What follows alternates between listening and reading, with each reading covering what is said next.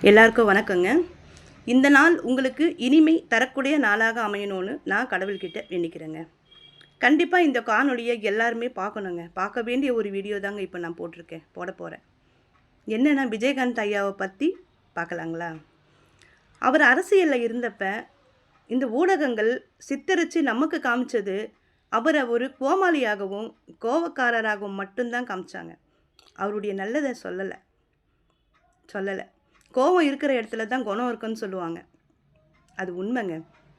நல்லவங்களுக்கு இப்படி தான் நடக்கும் போல இருக்குதுங்க. இதே அந்த ஊடகங்கள் தான் அவர் இறந்ததுக்கப்புறம், அவர் எவ்வளோ பெரிய ஒரு மனிதருங்கிறதையும் நமக்கு காமிச்சதும் அதே ஊடகங்கள் தாங்க.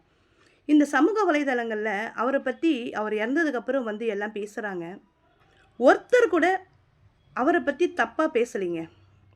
தப்பா பேசல. அவர் வாழ்ந்த இந்த உலகத்தில, இந்த பூமியில வாழ்ந்த ஒரு வள்ளலுங்க. அப்படின்னு நான் நினைக்கிறேங்க.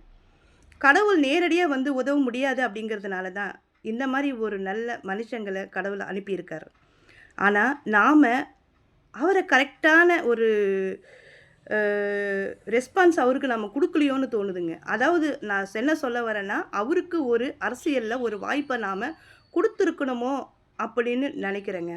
இன்னைக்கு அவர வச்சு அரசியல் பண்றாங்க. ஒரு எம்ஜிஆர் எப்படியோ, அதே மாரி ஒரு விஜயகாந்துங்க. அவரு மட்டும்தான். அந்த இடத்த யாராலயும் பூர்த்தி பண்ண முடியாதுங்க. என்னுடைய ஆதங்கம் என்னன்னா, அவருக்கு ஒரு வாய்ப்பு குடுத்துருக்கலாமோ அப்படிங்கிறது தான். இந்த மாதிரி எத்தன பேரு நெனைக்கிறீங்க அப்படின்றது எனக்கு சொல்லுங்க.